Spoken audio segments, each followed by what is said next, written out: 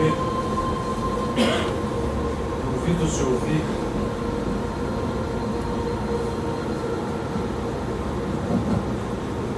é sempre um sinal, um chamado que vem da origem dos tempos, mas chega a nós na linguagem possível à raça humana, que em todas as escrituras é ressaltado. As escrituras não são mais familiares no Ocidente. Vemos nas epístolas de Paulo,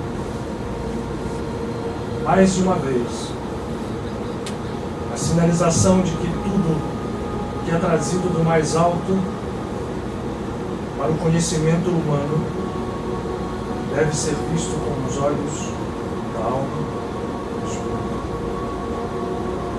Paulo afirma: o espírito vivifica,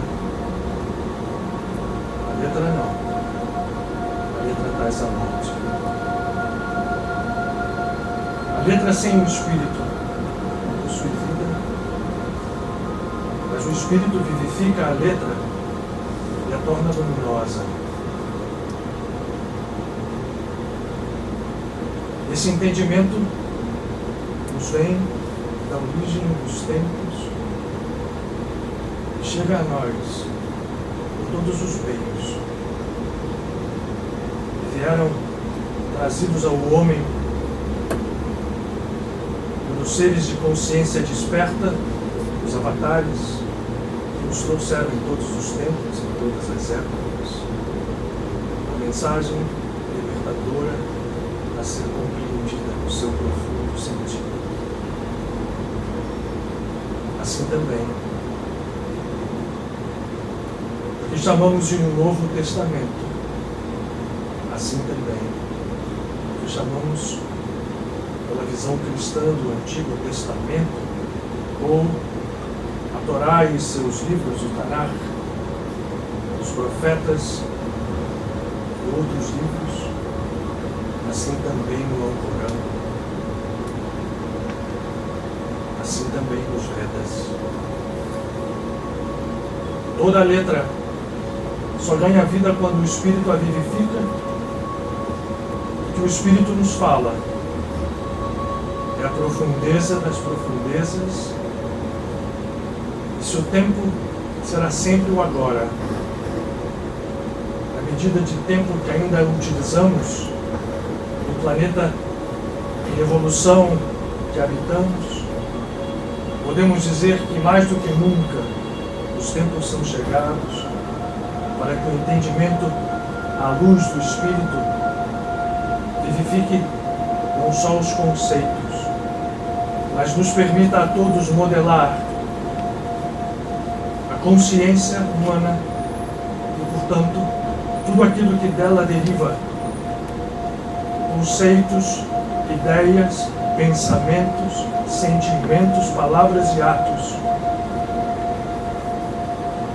Sob esta luz libertadora, que não enclausura, não fragmenta, não desune, não conflita, ao contrário, traz vida, e vida é a perfeita harmonia da luz. No Novo Testamento, a figura do Cristo, que viveu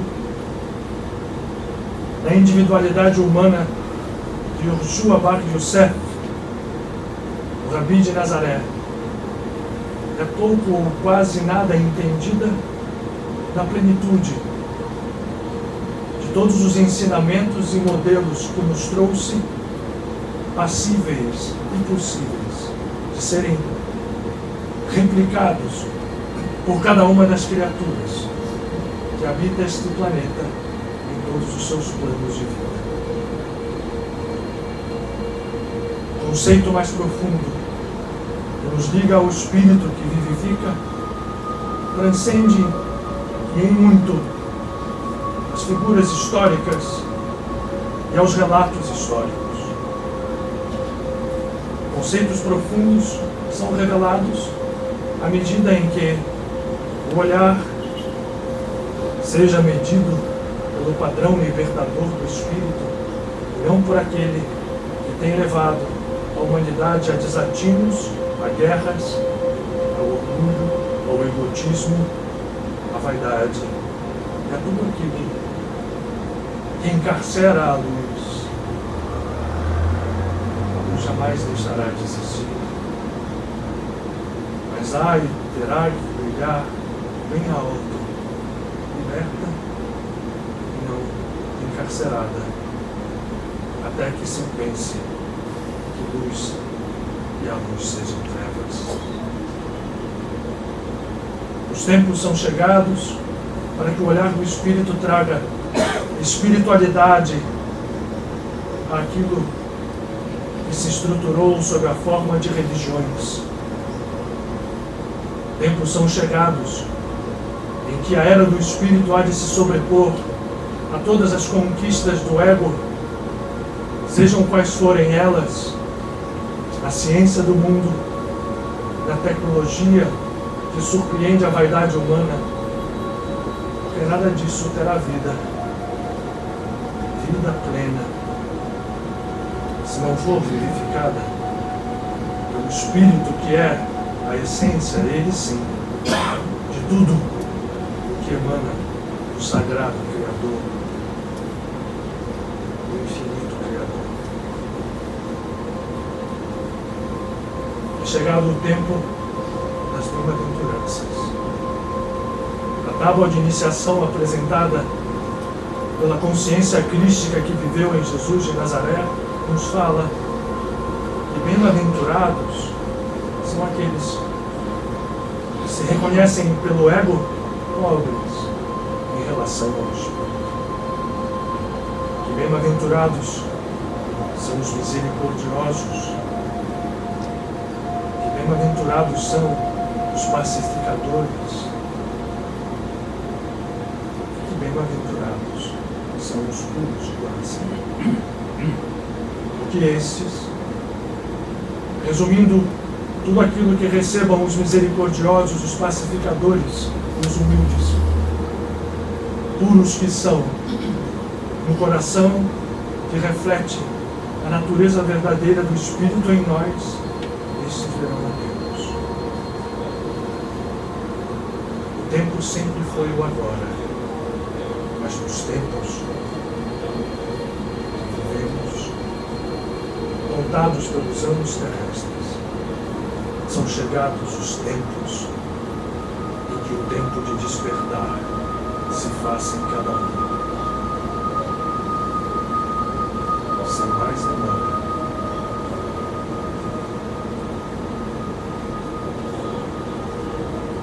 Graças a Deus.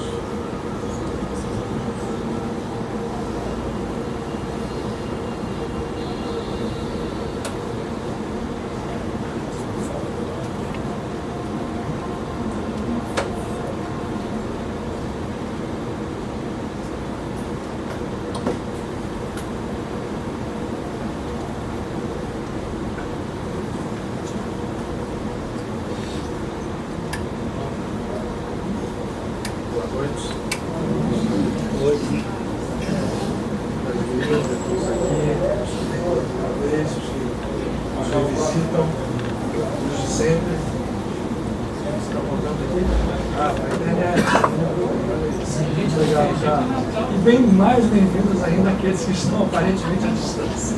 E eu juro que eu vou me acostumar a poder olhar para essa câmera do celular e dar uma boa noite bem direto para vocês todos. Bem-vindos mesmo, de verdade que a gente está juntos e hoje fica muito claro isso até pela tecnologia, apesar que se não houvesse nenhuma tecnologia nos ligando, nós estaríamos juntos ainda assim. Nós temos aviso, hoje não tem Valéria aí, Mota. Tem Otton também? É. Onde sonhei com o Otton? Aí? Veio, eu sonhei com ele hoje. Não foi ruim não, o sonho foi bom. Olha lá ele lá, ó. Otton, sonhei com você hoje, viu? Sonhei com você hoje. Foi mesmo? Foi. Diz o Marco aqui que vai lá não contar, mas no bicho eu não vou jogar.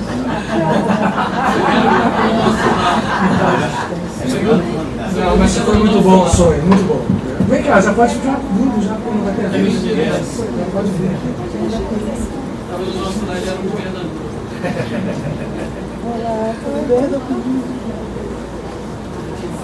A gente sabe que as pessoas não são da internet, que a gente faz um break.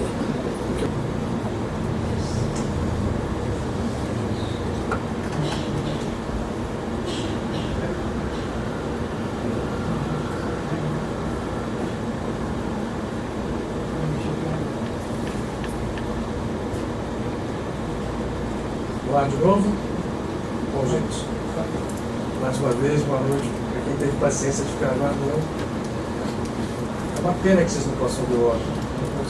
Quem sabe um dia a gente consegue uma organização lá para ele passar. Hoje o nosso tema, não sei se vocês viram, não estão sabendo, a gente fala da verdadeira herança do patriarca Abraão. Que, não sei se você colocou isso na chamada, que não são as 3 religiões monoteístas. Porque, na verdade, o que se fala, e as pessoas conhecem como uma verdade conhecida, é que Abraão é o pai...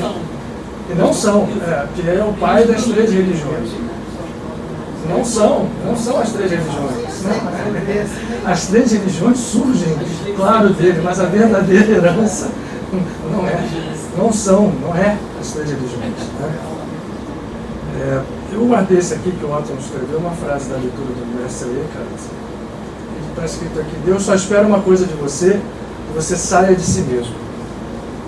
Na medida em que é um ser criado, permita que Deus seja Deus em você. Isso aqui é o começo do que nós vamos falar sobre Abraão hoje. Por que eu escolhi isso? Por alguns motivos. Esse tema é um tema que é sempre válido que a gente fale sobre ele, porque eu acho que ele enriquece muito aqueles de nós que estamos querendo buscar a espiritualidade, dando sentido à vida, a espiritualidade como um todo e não em religiões específicas que só nos mostraram, apesar de terem o seu valor, ninguém vai tirar o valor, até porque nós mesmos, eu faço sempre esse parêntese, somos egressos de vidas, vividas dentro do ambiente dessas religiões. Muitos estamos aqui exatamente porque não soubemos entender a verdadeira mensagem que está contida dentro de uma visão, de uma mensagem espiritual que vem de todos aqueles que são chamados os avatares, ou os cristos, ou os grandes mensageiros da realidade espiritual, que ainda não é a realidade do nosso planeta, um dia será. Mas o fato é assim, é tema sempre, mas nós estamos exatamente num momento vibratório que nos facilita falar disso. Por que razão? Na tradição cabalista, judaica, que é uma das chamadas, na verdade a original, uma religião monoteísta que Abraão teria fundado, é onde nós encontramos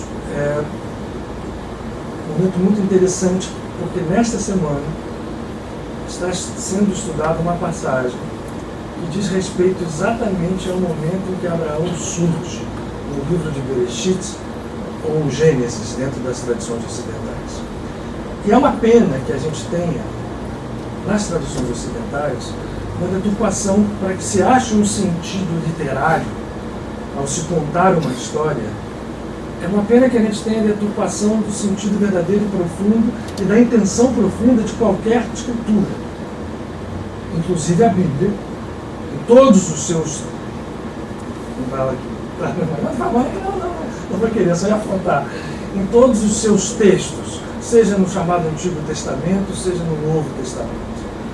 Qualquer escritura sagrada, por definição, jamais poderá ser perfeitamente entendida ou melhor compreendida para ser melhor utilizada por aqueles que procuram estudá-la com um viés espiritual. Toda ela deve ser percebida a priori, e assim deve ser o nosso olhar, como um código. Na verdade, um código de várias camadas, em que o verdadeiro sentido transcende a superficialidade, apesar de haver valor também na superficialidade do texto histórico. que muitas vezes nem é de uma fidelidade histórica, tanto que esse tipo de viés, ao tentar se perceber a literalidade da Bíblia, por exemplo, vamos usá-la como exemplo, que é o mais perto de nós, né? Estamos falando, isto vale para qualquer tradição, mas como a gente tem na civilização ocidental mais conhecimento da Bíblia, a literalidade só tem atrapalhado, só tem fortalecido a fragmentação da visão espiritual, e inclusive esta literalidade criou o que é atribuído ao patriarca a criação de 3 religiões. 3 religiões que têm se engalfinhado ao longo dos séculos. Se nós pararmos para pensar, né, eu diria, não sei qual é o adjetivo que eu uso para isso, imagine o seguinte: o pai de 3 religiões monoteístas em que se acredita num só Deus, e que cada um, apesar de achar que há um só Deus, briga pelo seu Deus particular. Ora, esse é um processo que espelha o estado do ego humano. E, na verdade, a verdadeira herança do patriarca Abraão, seja nós analisando num perfil apenas histórico, ou como a gente quer fazer hoje aqui, mergulhando mais profundamente nesses textos, é algo muito mais profundo e ligado, sim, a uma visão monista, unificada, não só da divindade, como de toda a criação. Os textos, quando analisados sob essa ótica, ganham luz, ganham vida, ganham força e ganham poder para que nós os utilizemos como modelo para o nosso trabalho interno. Na verdade, é para isso que existem os textos espirituais. Não são para que se tornem patrimônio de religiões que os defendam a ferro e fogo, a poder de guerra, de destruição, que é a grande ilusão que nós temos participado ao longo dos séculos. Somos frutos disso, estamos aqui por causa disso, seja quem nós tenhamos sido ao longo da caminhada histórica. Mas o tempo hoje não é mais para isso. O tempo hoje é para que a gente entenda o que está por debaixo dessa literalidade e que códigos são aqueles que nos são apresentados e como eles podem ser benefício para nós. Não só nós pessoalmente, mas nós, depois que nós entendermos, como disse, eu falei isso aqui na semana passada, como disse Jesus a um dos seus apóstolos. E, na verdade, só aí já tem um dia nós vamos falar só sobre esse diálogo entre Jesus e Pedro, quando Jesus, ressuscitado na Galileia, chama a Cefas e 3 vezes pergunta a ele se ele ama, e Cefas diz: eu amo, e disse: quando te converteres, vai e converter teus irmãos. Os significados profundos que existem aí são grandiosos. Na verdade é isso. Quando nós nos tornamos alguém convertido, o que é ser convertido? Não é ser convertido à religião, é converter, é fazer coerente o nosso caminho em direção à fonte de onde nós somos promanados, criados, que é a divindade, é o sagrado. Isto é conversão. Então, quando nós nos convertermos, seremos capazes de converter. E aí, eu aproveito o momento do estudo da passagem sobre Abraão, que na Kabbalah, na mesma tradição judaico-ortodoxa, é a Torá, os 5 primeiros livros do Antigo Testamento, são estudados em porções semanais. E o livro do Gênesis, o livro do Bereshit, que é no início, em hebraico, já teve 2 parashot apresentadas. A primeira delas, a da criação, que é o nome do próprio livro, Bereshit, ou Gênesis. A segunda, sobre Noé e a sua história, o dilúvio, que vira filme, mas tudo é muito código. E agora essa terceira, que vai nos apresentar o patriarca Abraão. E aí eu acho que a gente tem muito a aprender. Eu espero que eu possa ser feliz para que a gente vivencie isso hoje em conjunto aqui, sem maiores dificuldades. Em termos de hermenêutica, eu vou tentar ser o mais explícito possível, mas mergulhando fundo com vocês. O nome dessa paraxá em hebraico chama... Pega a Bíblia se você puder, só para você ler para mim, porque intransliteração, o nome dela é Lech Lechá. Em hebraico, escrita com as mesmas letras, é só importante que a gente veja isso aqui. Essa letra aqui é uma letra RAF sofrito, um RAF final. A única modificação que existe são as pontuações vocálicas. Olha, por que isso é importante para nós? Porque a tradução que foi trazida para as linguagens ocidentais não tem nada a ver com esta expressão lech lechá. A expressão que vocês vão ler, a Cláudia, coitada, foi lá pegar a Bíblia lá dentro, mas só achei que a Bíblia estava cá, não, a Marcela deu. Vocês vão ver isso em quase todas elas, com pequenas modificações de sintaxe. Sai da tua terra e vai à terra que eu te mostrarei, ou sai da tua casa, ou sai da tua família. Né? Veja lá no livro de Gênesis, vou abrir aqui para vocês, qual é essa tradução? Eu fechei? Então, vai vir para mim.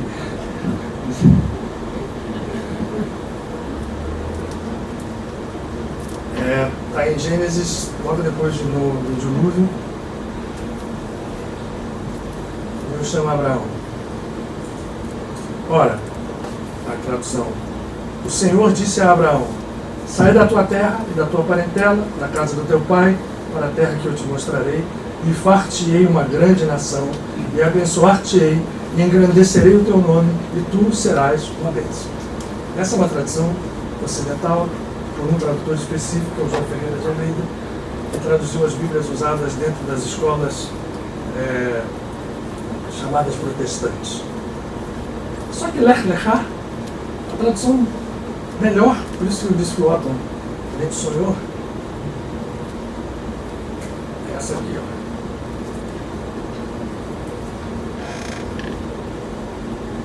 Sai de ti.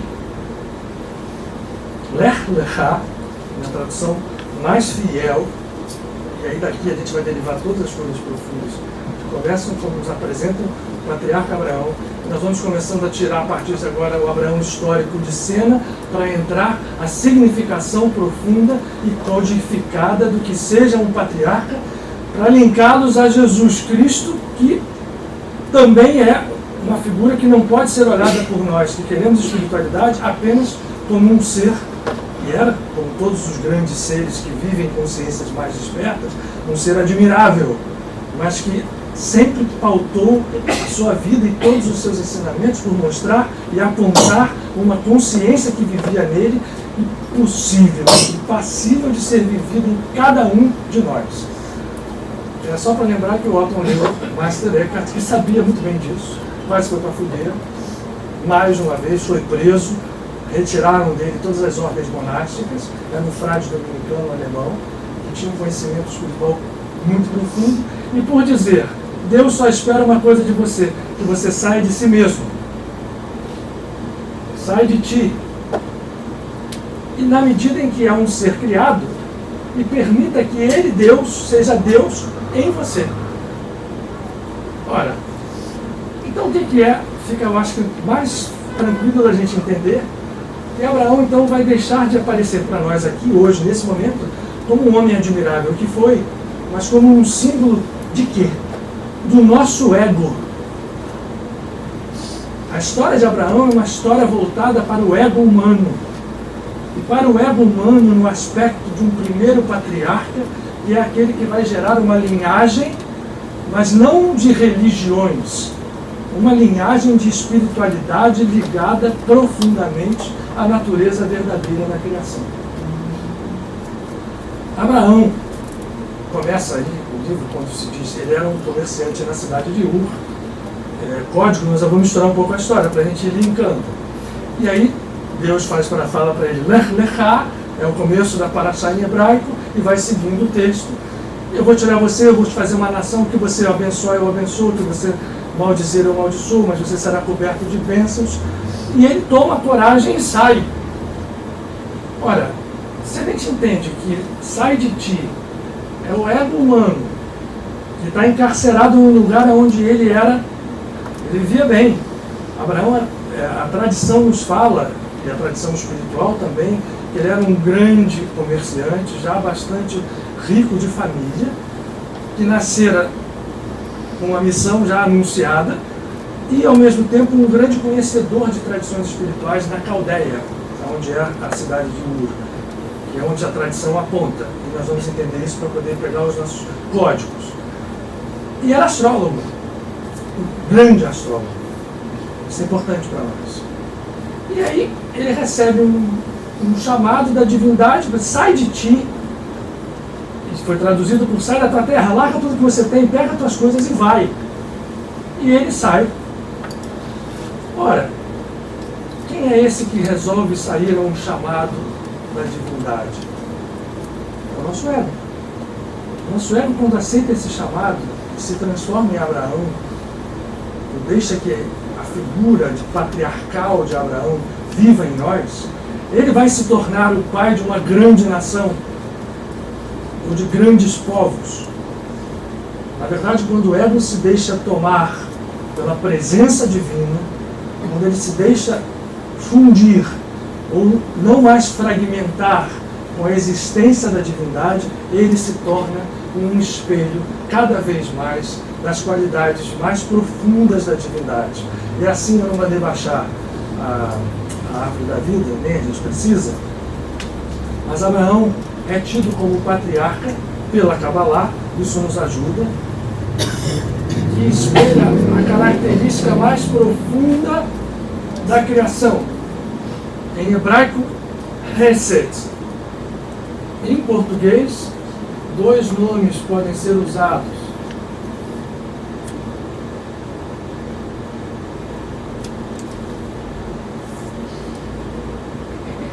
O fundamento de Abraão como canal, como condutor, é o ego que se transforma por aceitar um chamado e sair dele mesmo, sair da sua natureza egóica, sair das suas visões de ego e ir em busca da divindade, se torna um canal da misericórdia divina.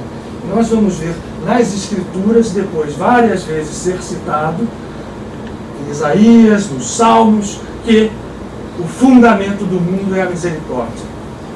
Já que a gente fala que Abraão é um pai de 3 religiões, ou de 3 tradições espirituais, se vocês forem ao islamismo original, onde o profeta Muhammad é um mensageiro, é um condutor programado para fazer um tipo de trabalho que infelizmente ele não consegue fazer com toda a plenitude e gera distorções que depois são aprofundadas pelos seus seguidores, mas ainda hoje, né, e eu faço sempre a ressalva que o verdadeiro islamismo deve ser enxergado no sufismo. A tradição sufi é o espelho daquilo que o profeta sonhou nos primórdios das suas revelações. E aqueles que se tornaram os sufis eram aqueles que acompanhavam o profeta mais proximamente nas suas orações e se mantiveram tradições espirituais muito profundas. Tanto que o sufismo, quem conhece um pouco, sabe a beleza que tem dentro do sufismo, que traz para dentro de si tradições de todas as origens, porque essa era a missão do profeta Muhammad, era criar o primeiro grande movimento unificador de religiões. Tanto que ele tenta fazer isso no primeiro momento, mas depois, enfim, pelas forças da vida, não consegue. Mas como é que se chama, em toda invocação a Allah, o misericordioso, o misericordiador? Por quê? Porque nós vamos encontrar em Abraão o pai, ou o ego pai, de um despertar, porque ele sai primeiro da sua natureza para depois ir em direção ao encontro do divino. E nós vamos ver como é que se relata o livro de Bereshit, ou de Gênesis, mostrando os passos que ele vai dar. Porque esse é o primeiro. Sai de ti. Sai fora da sua natureza egóica. Agora eu vou te mostrar como é que faz. O chamado divino, ele ouve, ele permite então que a presença de Deus se manifeste a ele, e ele vai a partir daí ser sim o pai de uma herança poderosíssima, que está codificada na Bíblia e que é capaz de ser utilizada por cada um de nós. O que faz Abraão? Pega a sua mulher. Na verdade, eu estou falando Abraão. Posso apagar isso aqui? Acho que sim, né? Esquece essa foto. Isso para mim é pequeno. Abraão, em hebraico, no primeiro momento, chama-se Abrão. E sua mulher, que a gente conhece como Sara, que em hebraico é Sará, era Sarai. Aí eu vou voltar para vocês. Vejam por que virou Abraão, os judeus, porque nas nossas traduções, assim, em determinado momento Deus passou a chamar, você não vai chamar mais Abraão, chama Abrão, vai chamar Abraão. Tá. E aí? Pô, mudou o nome, estendeu o nome dele. Mas isso tem uma razão profunda dentro dessa visão codificada que a gente está trabalhando. O que acontece no hebraico original? No hebraico original, quando se chama de Abrão para Abraão, é acrescentada uma letra, tanto no nome dele quanto no nome da mulher. Que nada mais é do que esta letra que está aqui. A letra Rei. Eu não sei se vocês atrás estão enxergando. Quer baixar a árvore só para mostrar as letras? Faz favor. Alguém mais alto? Não se consegue. Vamos lá. Eu quero mostrar a letra para vocês, que vocês não estão vendo aqui. Essa letra aparece ali.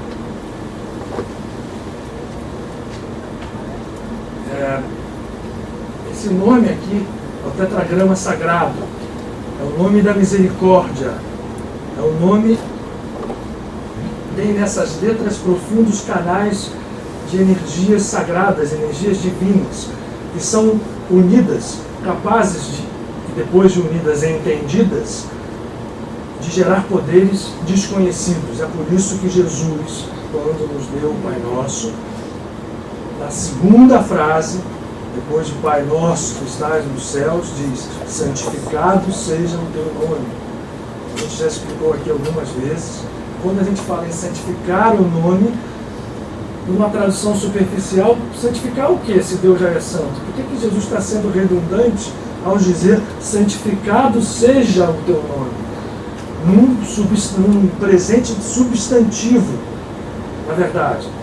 Ou seja, ele até pode afirmar é o teu nome, mas ele diz seja para que a gente santifique. O que é santificar o nome? É usar a tradução mais próxima da palavra santificar, usando o inglês como parâmetro. Santificar, em inglês, santificar, santo é holy, santidade é holiness. E holiness, vem do grego, diretamente do grego, ao contrário do português, holos, que é holismo, holístico, né? É o que unifica, é o que engloba, é o que une. Santificar o nome é fazer com que um nome que tem 4 aspectos seja um.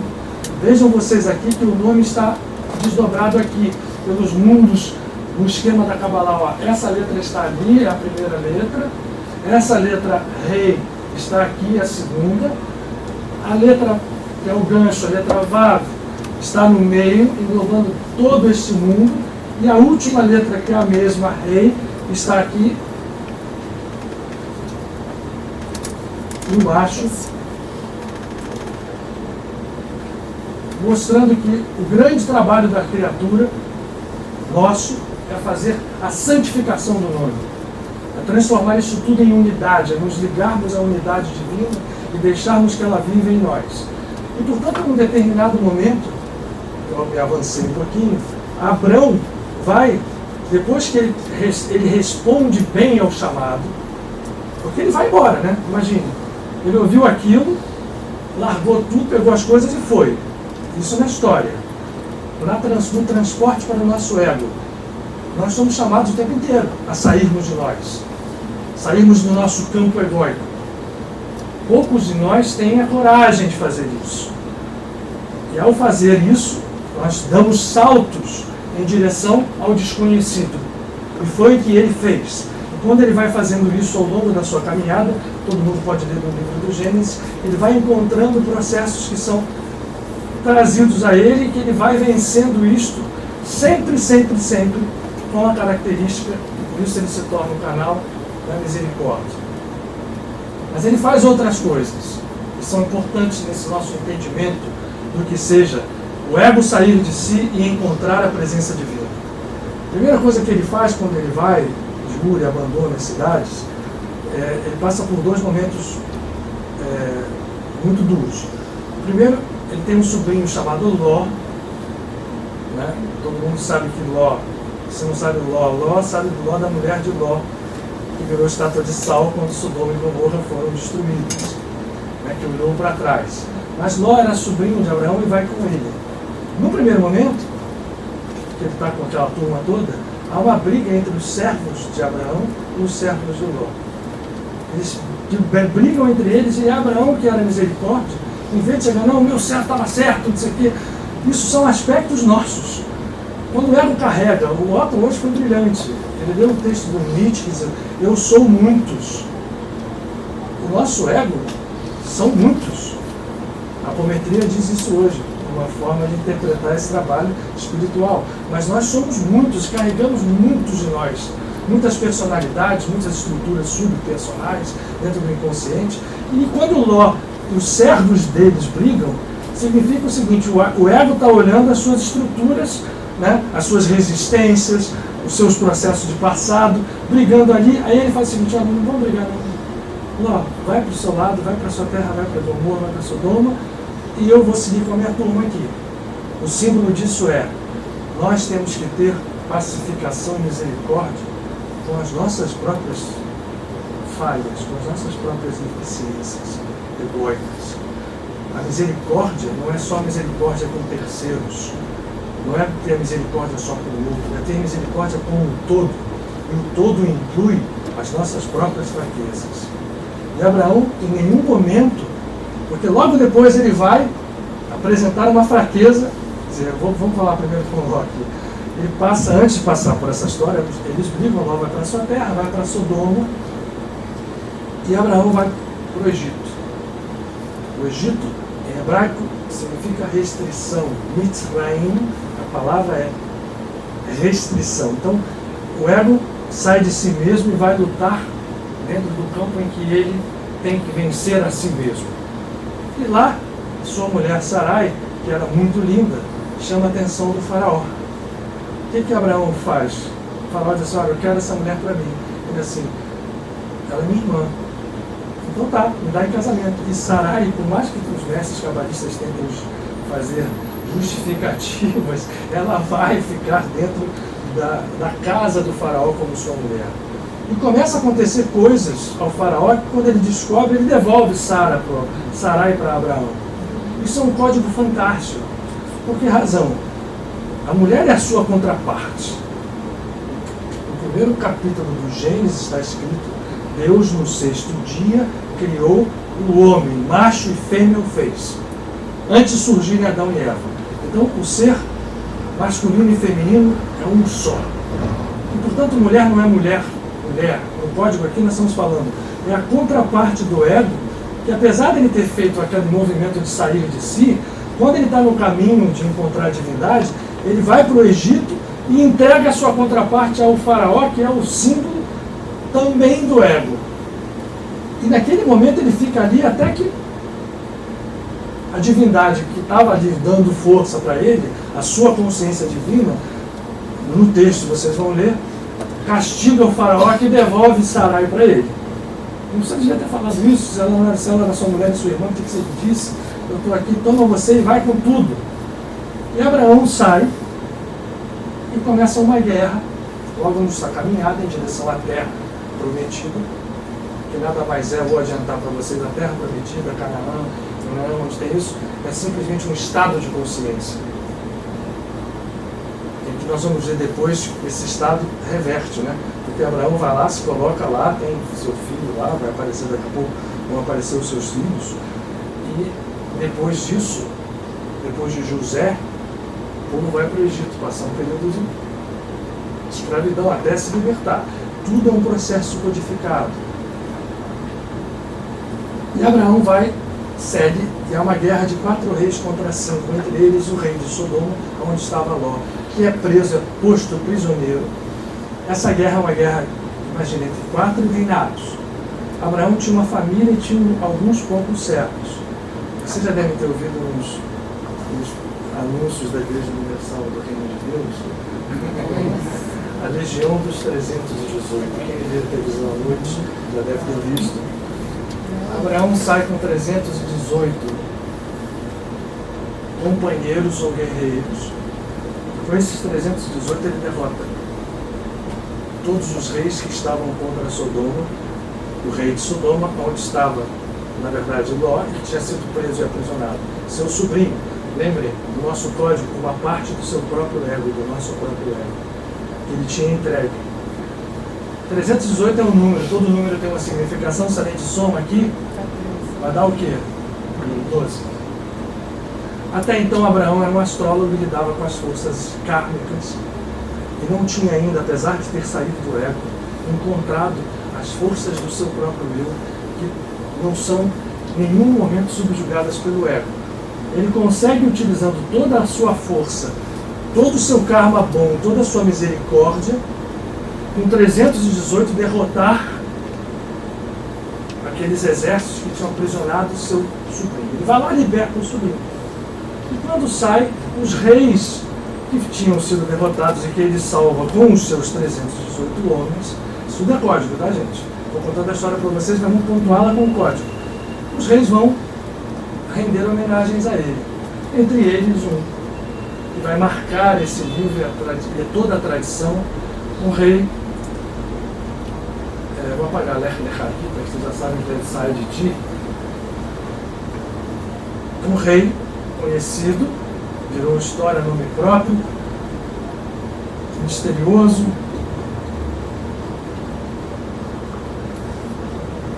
O rei da justiça, Melquisedeque. Esse rei, que é tido como rei de Shalem, ou rei de Shalom, ou rei de Jerusalém, a cidade de Jerusalém, sai, vai render homenagens a Abraão, que havia usado seus 318 homens para derrotar em um dos reinados, e ele, que era sacerdote do Altíssimo, entrega a Abraão pão e vinho e dá a ele alguns presentes e dá a ele uma bênção. Ora, essa figura histórica de Melquisedeque houve, se era o Cristo, tem tanta coisa que aponta, mas o que nos interessa aqui não é isso. O código está em função, é aqui, nesse momento, que Abraão, que até então usava lá os 318, que é o número 12, que significa as 12 constelações do zodíaco, que são os repositórios do nosso karma. O supercomputador cósmico usa as vibrações características das constelações zodiacais e dos planetas para armazenar, computar e processar os karmas individuais, enquanto nós estamos presos às leis do karma. Quando Abraão venceu aqui, ele vai ao encontro do Rei da Justiça. Quem é o Rei da Justiça? É o Cristo. Mas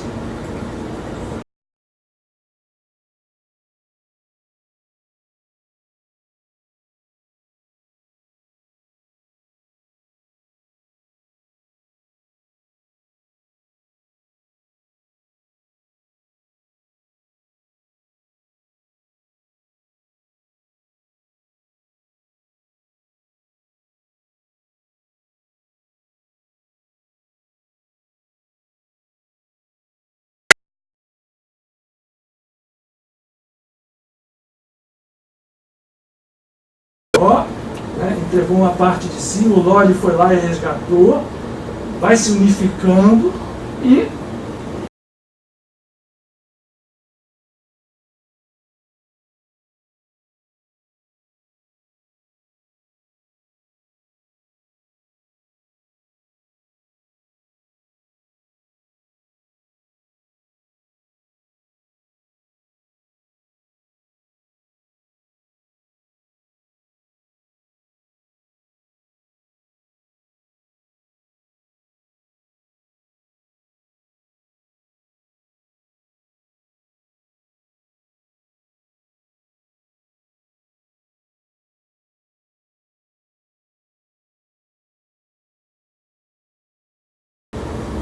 monoteísmo. Como é que pode ser 3 religiões monoteístas? O que é isso, gente? Se tem 3 monoteístas, tinha que ser a mesma. Abraão é pai da unificação, é pai da misericórdia. E isto, ele começa a nos mostrar quando ele encontra essa consciência crística. E que Jesus, que também viveu essa consciência crística em plenitude, num processo absolutamente coerente, vai, no final da sua caminhada, antes do seu momento do Calvário e logo depois, o mais importante de todos, que é a sua ressurreição, o mostrar que não existe poder que vença uma consciência desperta, nem a morte. Ele ele vai utilizar o mesmo símbolo do pão e do vinho para dizer: esta é a minha carne, este é o meu sangue. Ele já tinha dito isso o tempo e tinha perdido muito discípulo quando ele dizendo: quem não comer da minha carne e não beber do meu sangue não é meu discípulo. O pessoal que olha a superficialidade fala: epa, é isso, como é que esse cara quer que coma a carne dele e o sangue? E muitos discípulos o deixam, os que não foram capazes de entender o que estava sendo dito. Mas Abraão recebe de Melquisedeque a bênção que diz: tudo que você fizer será abençoado. A partir de agora, você não é mais Abraão, é Abraão. Você ganha a letra do nome divino. A sua mulher deixa de ser Sarai e vira Sará, também com a mesma letra do nome divino. Para quê? Para que os dois se tornem um só e criadores de um povo maior, em maior quantidade do que a quantidade de estrelas. Porque essa é uma frase que o Criador vai dizer para Abraão, que era um grande astrólogo e que sabia, por conhecer profundamente a astrologia, que ele não tinha condição de ter filhos. Ele sabia que não podia ter filhos e ele já era, ao mesmo tempo ele e a sua mulher, avançados em idade. E aí, um belo dia, o Criador chega assim: se prepara que você vai ter um filho. Ele já tinha tido, na verdade, servos que ele tinha trazido para eles, mas filho mesmo não tinha. E ele perguntou: mas como? Porque aquele que conhece, como você conheceu, o Rei da Justiça, e dele recebeu a bênção, está acima das estrelas, acima do zodíaco, acima dos símbolos, acima do karma, acima da sorte. Tanto que existe uma expressão cabalística muito precisa que se fala: Ein Mazal. Não há sorte para aquele que tem a consciência desperta. Ele faz a sua própria sorte, ele faz a sua própria vida. Ele, ego, quando desperto, passa a controlar o seu próprio processo. E assim, no primeiro momento, Abraão vai ter um filho com a sua escrava, porque Sara continuava não acreditando. Essa história, vocês se lerem, tiverem curiosidade de ler, a história vai ser o momento que logo em seguida Abraão recebe a visita da divindade, e é muito interessante que o hebraico e a tradução fica confusa, porque se fala, ele recebe a visita de El Shaddai. El Shaddai é um dos nomes da divindade, é o nome que trabalha aqui, ó, dentro desta frequência vibratória. É o patriarca do canal chamado Yosef. El Shaddai é o poder, é a força que conduz a fonte original, a vibração original, até o ponto onde nós estamos. E ele recebe essa visita de El Shaddai sob a forma de 3 seres, 3 anjos. Então, nas traduções, você vai ver, Deus visitou Abraão, e eram 3 homens. Não? Aí tenta a gente arrumar, muitos falam, as tradições falam que eram os 3 arcanjos principais, Michael, Gabriel e Rafael, e que eram Deus. Por que eles eram Deus? E por isso se chamam El Shaddai. Porque na visão, como nós estamos procurando ver aqui, a divindade é unificadora. Nós todos somos deuses. Isso está repetido e repetido ao longo de todo esse conjunto de códigos que nos são apresentados pelos livros sagrados.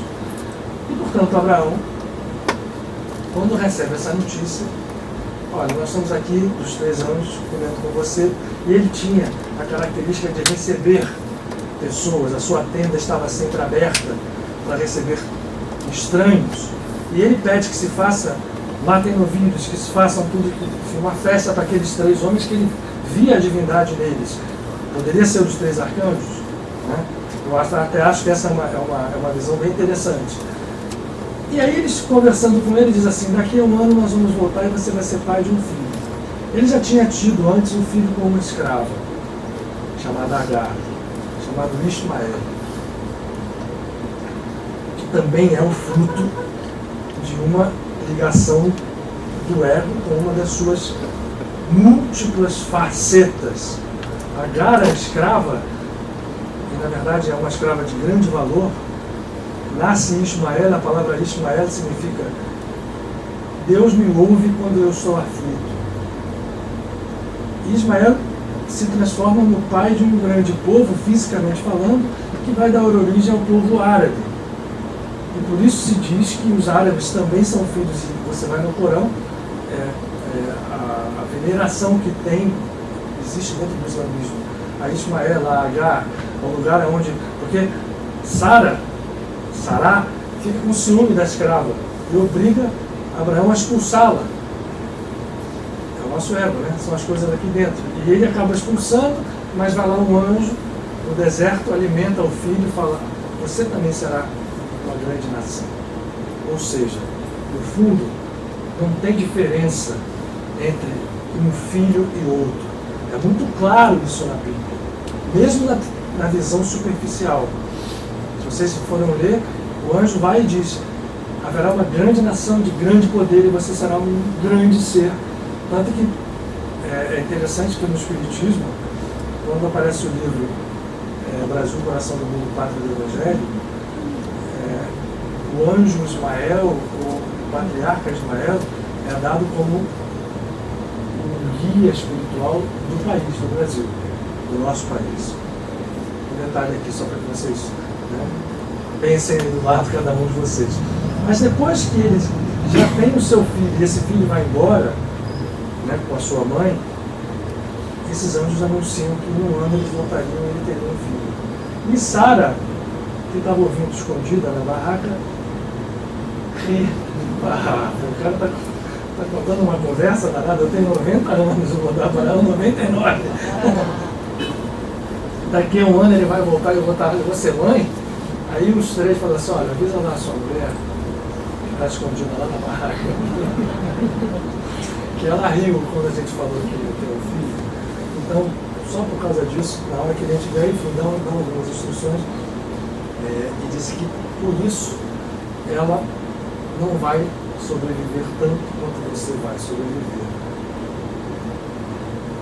Esse é outro aspecto para a gente falar de Sará e Mene, a matriarca principal, mas os dois, com 99 e 90 anos, se unam e vem Isaac, ou Isaac, que é o filho que vai dar origem ao patriarcado, que depois vai ter os seus dois gêmeos, Esaú e Jacó, e os códigos vão avançando.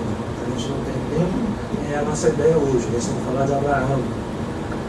O que eu quero falar de Abraão dentro desse processo de criar não 3 religiões, mas uma tradição espiritual de um ego que sai de si mesmo e se une ao divino. Eu procurei mostrar que esta união precisa se dar em 2 momentos.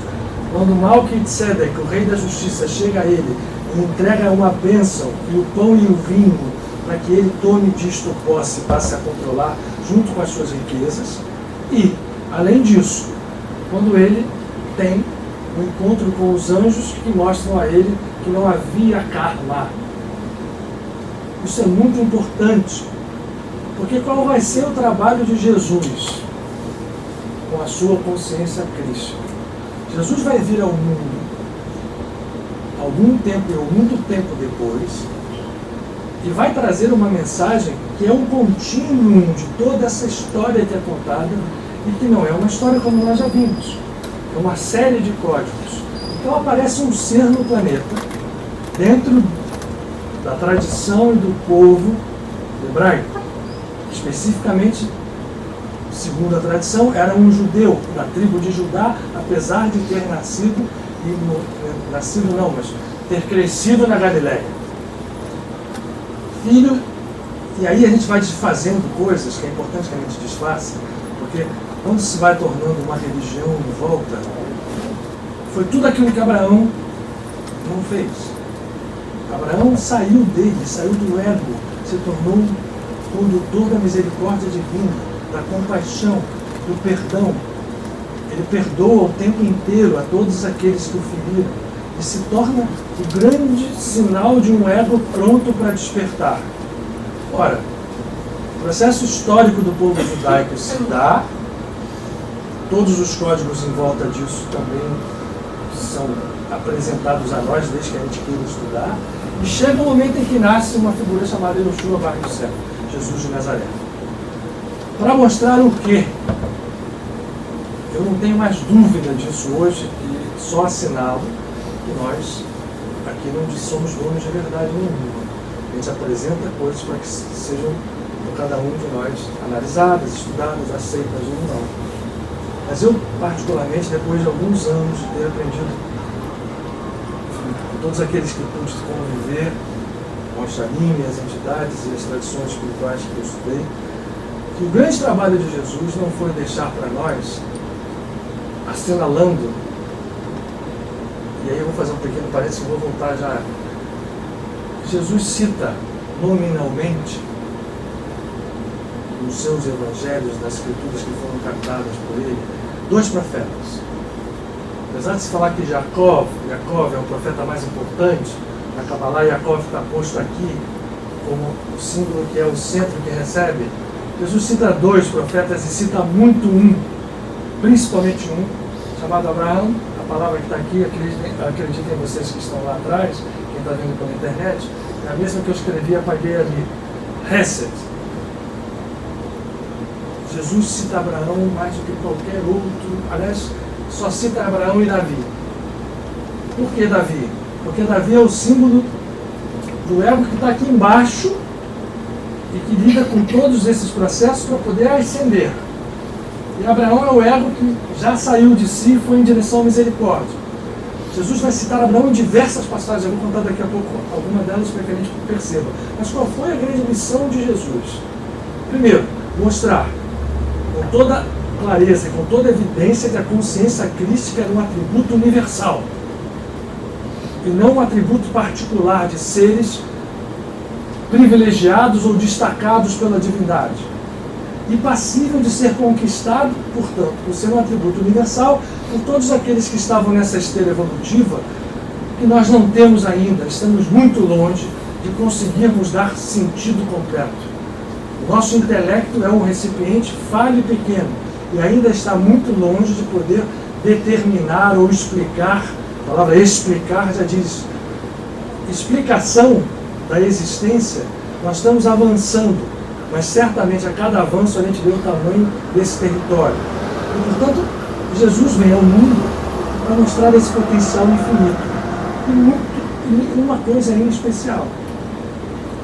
Isso eu volto sempre, uso como exemplo a conversa que ele tem, escrita no Evangelho de João, com o sacerdote no Sanedrim, Nicodemos. Jesus tem uma conversa com Nicodemos que nos é relatada. Depois vão aparecer os evangelhos apócrifos, o evangelho de Tomé, tem isso em várias passagens, mostrando com clareza, ele mostrando a natureza divina que vive dentro de nós. Mas nos 4 evangelhos canônicos, o evangelho de João é aquele que mais nos fala diretamente disso, apesar de todos falarem. E ele, conversando com Nicodemos vai a ele e pergunta assim: mestre, o que eu preciso fazer para ver o reino de Deus? Lembrar que a palavra reino é Malchut, que é uma expressão da divindade, mas que está aqui muito. A gente ainda não viu o reino, nem isso a gente ainda viu. E aí Jesus fala para ele: é importante nascer de novo, Nicodemos. Aí Nicodemos devolve a ele uma outra pergunta: mas vem cá, é preciso nascer de novo, então tem que voltar para a barriga da minha mãe, para o ventre dela, para renascer? Os evangelhos deixam transparecer que Jesus deve ter feito uma brincadeira muito grande com ele. Jesus era uma figura alegre, era uma figura viva. Jesus não era, eu até deixei de falar para vocês, Jesus não era uma figura. O pai dele, Yosef, era um yotzer, um construtor. Não era um carpinteiro, era um construtor, era alguém que tinha recursos.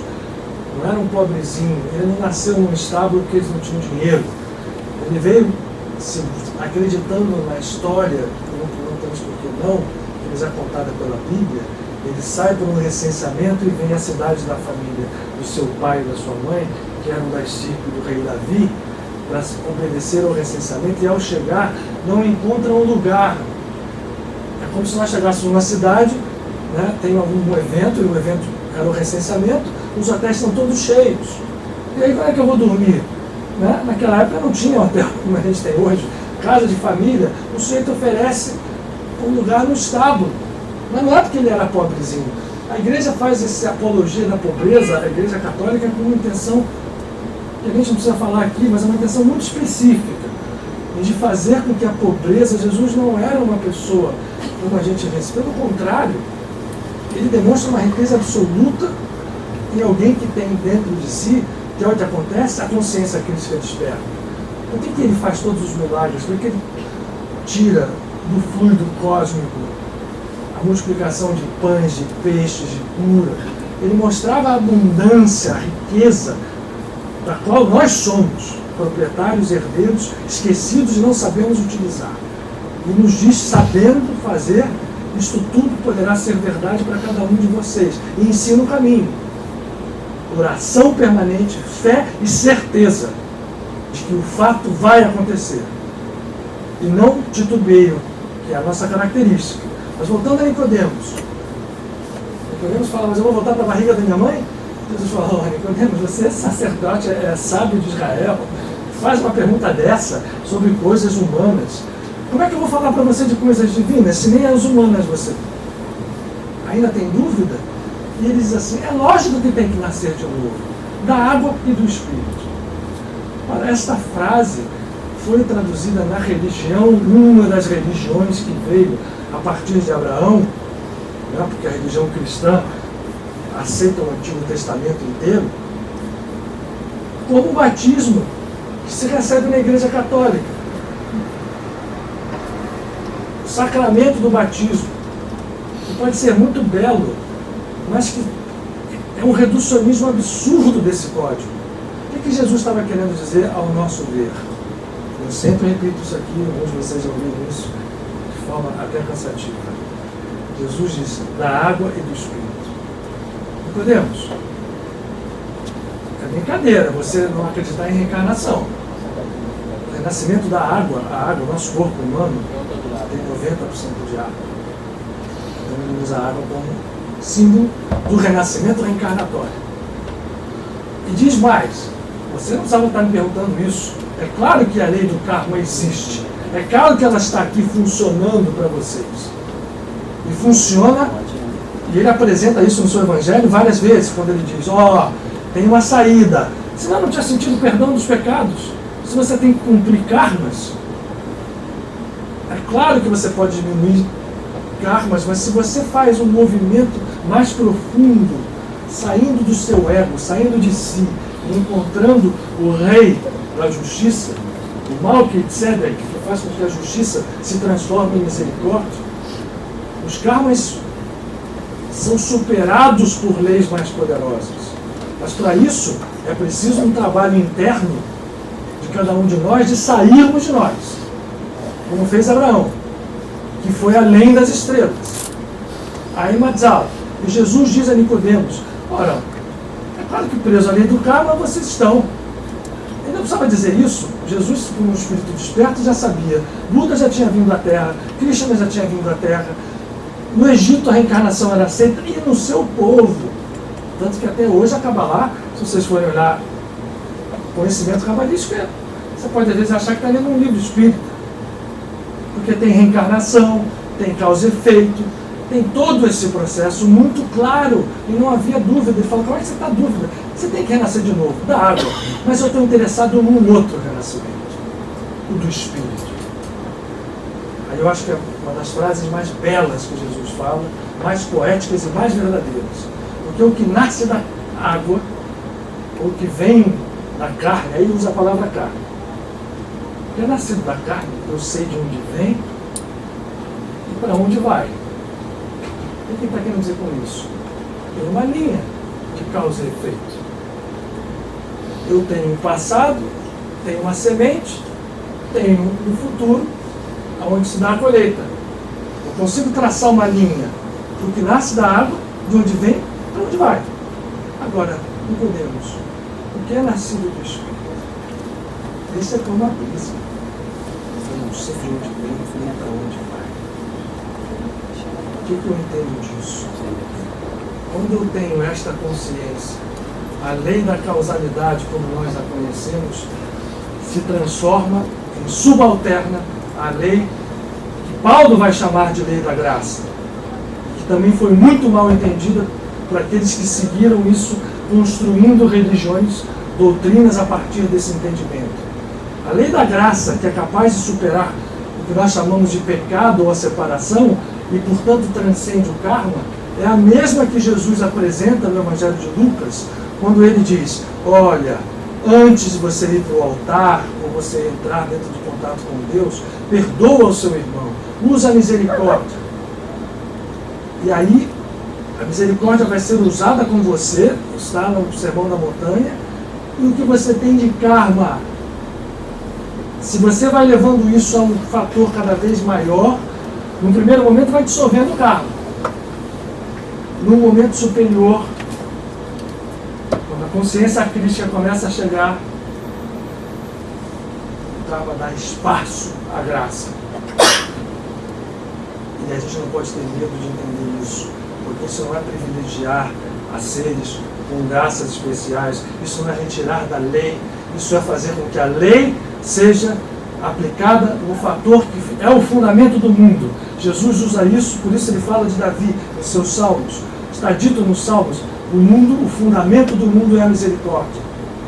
E, portanto, Abraão, isso agora eu vou falar, é repetidamente citado por Jesus. Quando ele é questionado pelos sacerdotes, nos momentos cruciais, ele quase está pronto a ser levado à prisão, e ele, como tinha uma consciência absoluta, por ser um ser desperto, ele disse: ninguém toca a mão em mim enquanto não for a hora, porque eu estou absolutamente indene de vibrações que não sejam aquelas que eu permita entrarem no meu campo.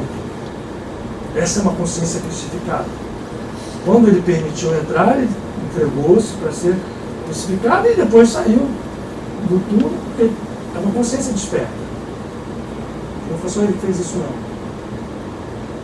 Parênteses. Mas quando ele fala que a gente precisa entrar pelo campo da misericórdia, ele só cita Abraão. E ele, quando conversava com os sacerdotes, na discussão, ele fala: olha só, Abraão viu o meu dia e se regozijou. Essa é uma frase que ele usa. Ele não está querendo significar que Abraão viu que ele era Jesus, o governador espiritual do planeta, ou Deus. Isso não está nos interessando se é sim ou se é não. O que nos interessa é o código do que Jesus está falando. Abraão viu o meu dia. O que Abraão viu?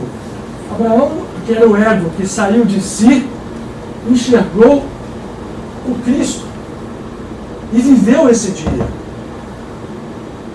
Essa é uma das vezes que ele cita Abraão. Numa das outras discussões, ele diz: mas você está falando de você, nós somos filhos de Abraão, e você vem da Galileia nos ensinar isso, os sacerdotes dizendo, que representam aqueles que são donos da verdade em todos os tempos. Os donos da religião, os donos da doutrina, os donos daqueles, são os caras que têm a chave e não abrem, porque não entram nem deixam ninguém entrar. E aí Jesus, quando ouve disso, diz assim: vem cá, vocês são filhos de Abraão, façam as obras de Abraão. E quais são as obras de Abraão? A misericórdia. O tempo inteiro Abraão foi misericordioso. Vocês não... Porque vocês falam, aí ele vem com uma mais profunda ainda. Façam as obras dele, porque para o sagrado, para Deus, até dessas pedras ele tira filhos de Abraão. Nem cabe a gente falar das pedras, mas leiam a autobiografia de um yogi e vejam uma passagem relatada por Paramahansa Yogananda, quando vai a um templo e vê um ídolo de pedra posto na parede e sai horrorizado, porque como é que ele ia orar por uma pedra? E aí ele vai para a cidade de Taba e se perde num arrozal, sem poder dormir, até que ele bate numa cabana de um sadhu, de um yogi, que é um dos que ele conhece e relata no livro. E esse sadhu diz assim: você hoje fez uma coisa, você chegou lá num lugar que estava a presença divina, porque você achou que aquilo era uma pedra sem vida, você rejeitou, e por isso mesmo você ficou perdido esse tempo todo, mas eu tive pena de você e trouxe você para me encontrar, para te explicar que Deus está em tudo. Ainda que a gente não entenda isso de primeira, em qualquer coisa da sua criação, em qualquer átomo da criação, lá está a presença divina. E Jesus fala isso. De pedras ele ressuscita, ele tira filhos de Abraão. Tem a passagem que o rico e Lázaro. E os dois vivem e os dois desencarnam.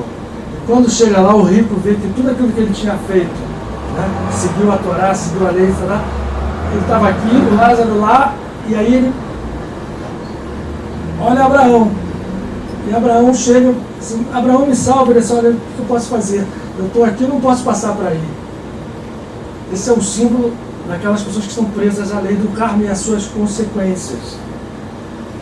O Abraão, naquele momento, não pode fazer nada. O ego não pode fazer nada. O ego tem que deixar com que a lei do karma, que foi criada pelo rico, que levou ele àquele estado, seja cumprida. Aí, você fala, como é que eu vou fazer? Me deixa ressuscitar e falar com as pessoas. Aí Abraão falou assim, eles têm o Torá, eles têm os profetas. Jesus vai repetir sempre Abraão, a única vez que ele cita os 3 patriarcas é quando... Vocês não acreditam em... Vocês estão dizendo que morte e vida, mas vocês falam que não... Toda hora vocês falam Deus de Abraão, Isaac e Jacó. Deus é Deus de vivos ou Deus de mortos? Aí ele cita os dois. Mas o patriarca que ele cita repetidamente, em várias passagens, eu citei para vocês 2, é Abraão. Porque Jesus fixa, são 2 coisas. Não precisam saber Kabbalah, mas saibam que esta esfera aqui prateada, Rokhmah, é o pai, e esta aqui, Bina, é a mãe. E Jesus liga diretamente a misericórdia ao pai como caminho para toda criatura que quer ter não só o seu despertar, como quer vencer. Qual é o lado prático dessa história? Isso aqui não está só como um conceito, para que a gente ache isso bonito ou não, aceite ou não. Isto é um processo de trabalho.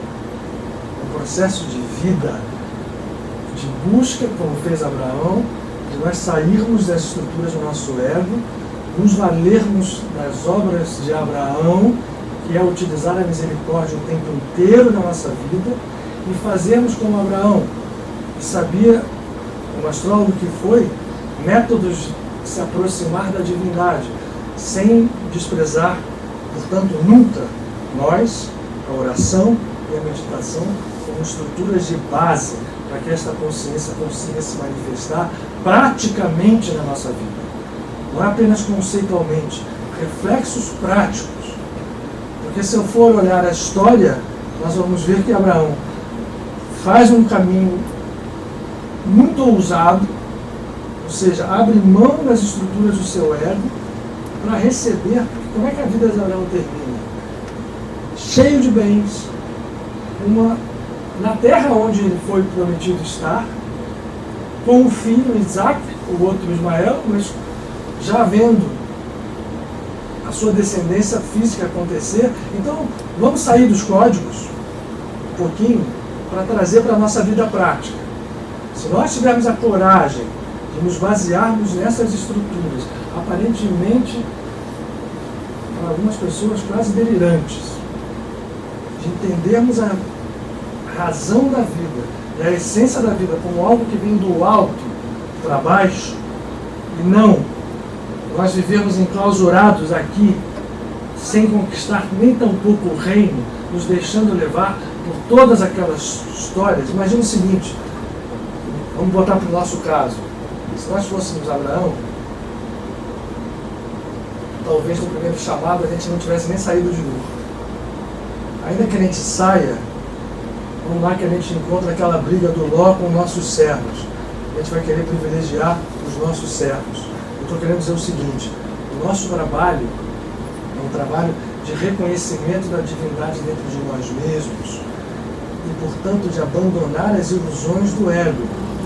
São muitas, não são poucas. Em algum momento, os 318 servos que vão servir de batalha vão ser importantes. São 12, não se esqueçam disso, para que a gente possa se posicionar na situação kármica que nós estamos. E se eu consigo fazer isto, né? Sou ego, estou sob a lei do karma, isso vale para todos nós, Mas mesmo dentro da lei do karma, eu vou fazer esta batalha, e ao fazer esta batalha, eu vou ter o primeiro encontro com o Rei da Justiça, com Melquisedeque, ou Melquisedeque, que vai me apresentar uma bênção. Esta bênção vai me tornar, vocês verem, linda, né? Não sei se eu leio a Bíblia ali, mas eu até achar a bênção de Melquisedeque, eu recomendo que todos leiam, porque ele diz o que vai acontecer com Abraão dali para frente. E aí ele insiste no processo e vai terminar a sua jornada como canal condutor da misericórdia. Tanto é que ele vai ser citado pela figura que veio, a meu ver, sintetizar toda essa epopeia do povo hebreu, sem que para isto precise se separar como alguém superior a alguém. Jesus jamais quis isso, nem jamais se apontou como superior. Superior a gente sabe em estado de consciência, mas ele, para ele, nunca valeu, nem nunca importou isso. Pelo contrário, ele tanto que ele deu exemplos seguidos, lavou os pés dos discípulos, né? Chegou para Pedro várias vezes e se colocou como irmão, né? E no final fez isso, né? Deixando a Pedro: ama os teus irmãos, se você me ama, e converte a eles, você convertido.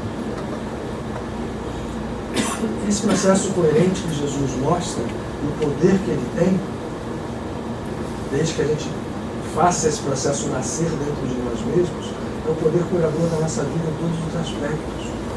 Isto vai ter reflexo em tudo, na nossa saúde, no nosso estado material, qual seja financeiro, de relação familiar ou relação com a vida. É um processo que traz frutos muito rápido. E traz frutos maiores à medida em que a gente faz isso com consciência. Ele é capaz de trazer frutos até para quem não tem consciência. Vejam aí as escolas chamadas reformadas, né, que se valem da oração como um instrumento que vocês veem que tem poder. Não precisa se ir para lá, mas eu estou usando esse exemplo porque hoje é muito evidente, né, a força como as pessoas se atiram.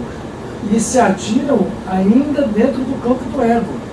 Imagina fazer isso olhando esta consciência e, portanto, partindo da misericórdia, não partindo do interesse apenas de satisfazer o nosso ego, mas partindo de um impulso de misericórdia, confiantes de que a misericórdia será o canal mais poderoso e mais preciso para que esta manifestação na nossa vida se dê. E aí, no momento que a gente se torne, e aí eu finalizo aqui, antes de a gente fazer a nossa meditação final, nós somos Abraão. A espera do chamado, talvez não, porque talvez ele já tenha vindo, mas a boa novidade da história é a repetição do chamado, como se ele ecoasse permanentemente na nossa vida. Nós somos Abraão. No momento que a gente aceita esse processo, o nosso ego dá espaço para que todas as forças que temos acorrentado ao longo da nossa caminhada deem, por sua vez, elas também espaço a uma libertação, que é o que nós todos ensinamos. Todo mundo tem esse anseio. A gente quer felicidade em todos os níveis e merecemos isso. É preciso que a gente tenha esse não só esse conceito, mas que a gente possa ter dentro de nós esse entendimento, essa vivência, essa chama. É uma chama que a gente precisa fazer ela arder. Mais uma vez, usando as palavras de Jesus: eu não vim ao mundo para trazer paz. Olha, ele fala de paz o tempo inteiro. Ele fala que bem-aventurados são os pacificadores. Mas quando é o que?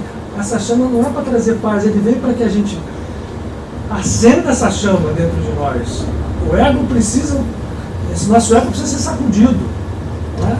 A guerra lá de Abraão, dos seus servos com Ló, depois dos reis, são todos exemplos das estruturas do nosso ego, que precisam ser sacudidas, até que a gente encontre essa chama.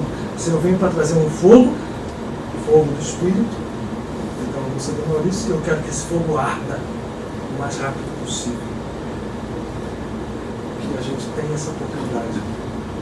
Já tivemos outras vezes, continuamos tendo. Eu acho que daria para que a gente aproveite isso e viva isso em toda a plenitude. São resultados práticos os que vêm. Vamos fazer a nossa meditação? Certamente. Certamente. Comunhão, como diz a palavra. União comum. Tudo um. União comum.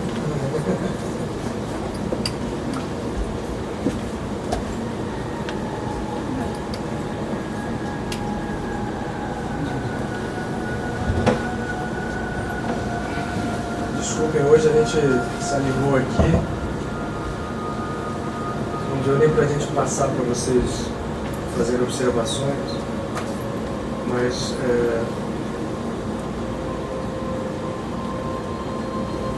ainda olhando o lado do Matzal, a gente entra num símbolo que é o símbolo da profundeza. E o seu lado positivo, o símbolo de Escorpião, que é o símbolo que na Kabbalah é o símbolo de luz, da limpeza que vem com a água, que leva todas as coisas, que renova. Mas vou contar só para vocês uma historinha para diferenciar Noé de Abraão, o fato da misericórdia. Noé foi um grande patriarca, apesar de não estar representado, e fez o que fez, construiu a arca, colocou ali a sua família, e aí fez renascer a humanidade. Mas quando termina, ele vira para Deus e fala assim: vem cá, Senhor, por que morreu tanta gente? Por que precisou morrer tanta gente? E ele disse: você não me pediu. E Abraão, quando Sodoma vai ser destruída em Gomorra, Abraão chega para a divindade e diz assim: Deus, se tiver lá 10 justos no meio daquela gente toda, o Senhor não pode ajudar, assim posso, eu salvo a cidade. Deus se encontrou 10. E Abraão foi diminuído. E se tiver um justo, eu salvo a cidade. Só que não havia. Sodoma foi destruída. E Gomorra também. O símbolo disso é: Abraão se lembrou de pedir. Então, um dos fatores que sinaliza a misericórdia em nós, a compaixão, nós entendemos que todo esse movimento buscar o Cristo, sairmos de nós, se faz também olhando a unidade do nosso irmão. Porque nenhum de nós está separado, na verdade, do irmão, porque nós somos. Isso é uma verdade. Nós somos um. Vamos respirar. Nesse momento, com profunda gratidão àqueles que estão aqui.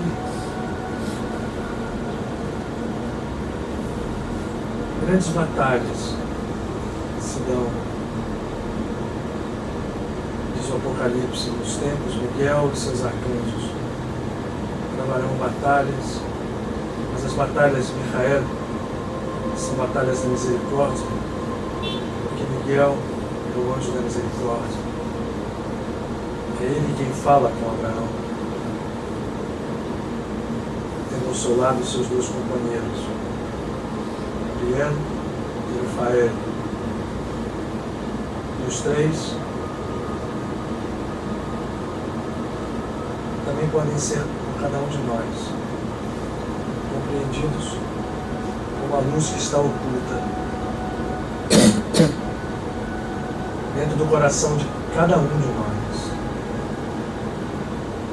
Vamos respirar. A respiração é a dádiva da vida. Vamos fazer alguns movimentos de inspirar e expirar.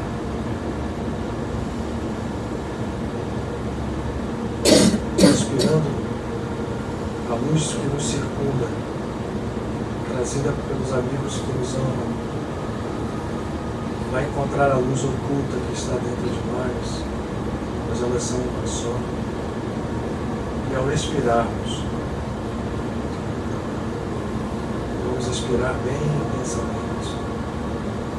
Vamos deixar sair de nós, literalmente, as estruturas desarmônicas. A respiração é uma dádiva, não só nos mantém a vida física, mas nos alimenta a consciência espiritual.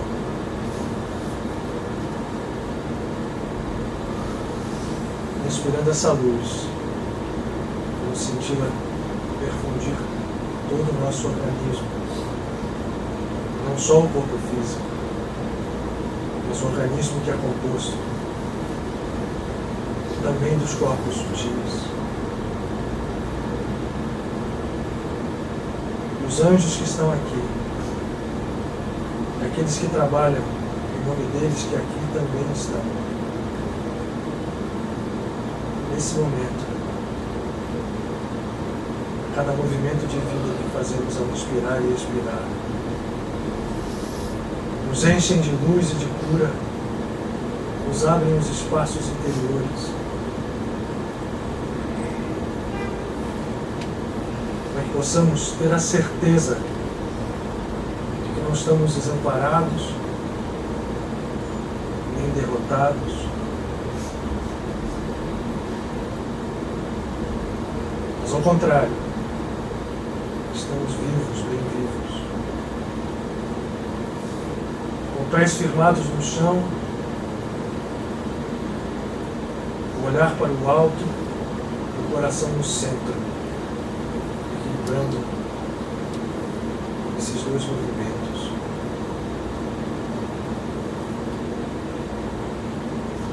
Ao sairmos de nós, vamos ao encontro do Rei de Salem, o Rei da Paz, Melquisedeque. Vamos ver a sua luz brilhar aqui entre nós e enxergar como raios dessa luz são compartilhados por cada um de nós no centro do coração. A luz que brilha no centro dessa sala.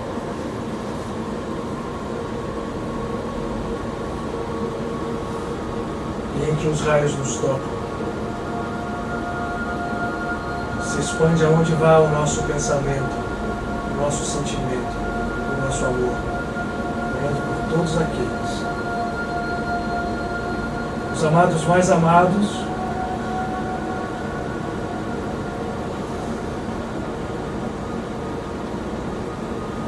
por todos aqueles que um dia, certamente, nós saberemos amar.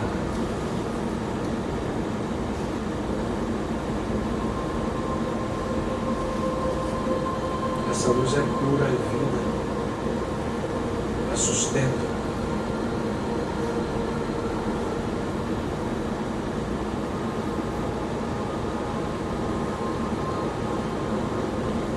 E aí nós, a presença divina que podemos compartilhar, isto é compaixão. A palavra diz, compartilhar o caminho.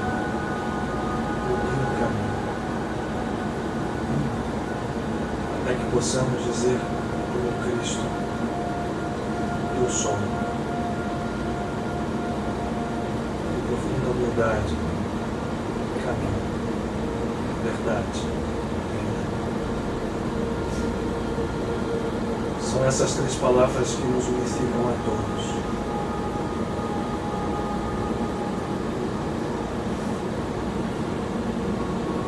Essa é a unidade do Espírito Santo.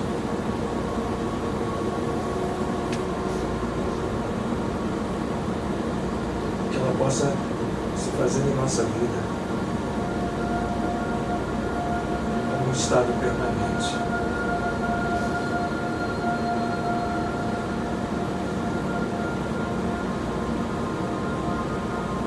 E a gratidão, a soma esse santuário que vive em nós, junto com a alegria de estarmos aqui, repetindo as palavras do discípulo Cefas. Como é bom estarmos ao Mestre, na presença divina.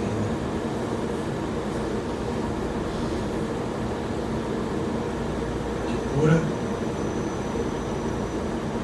e revive.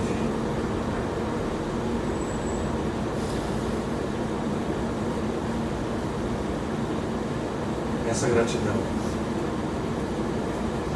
trabalhando as forças espirituais que recebemos, prosseguir os nossos dias e a nossa caminhada com absoluta certeza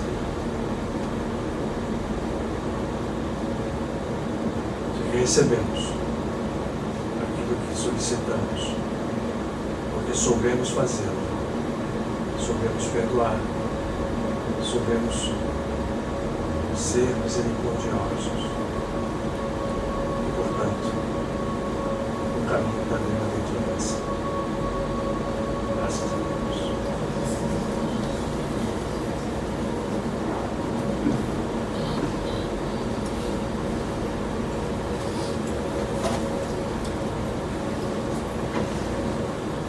Boa noite a todos.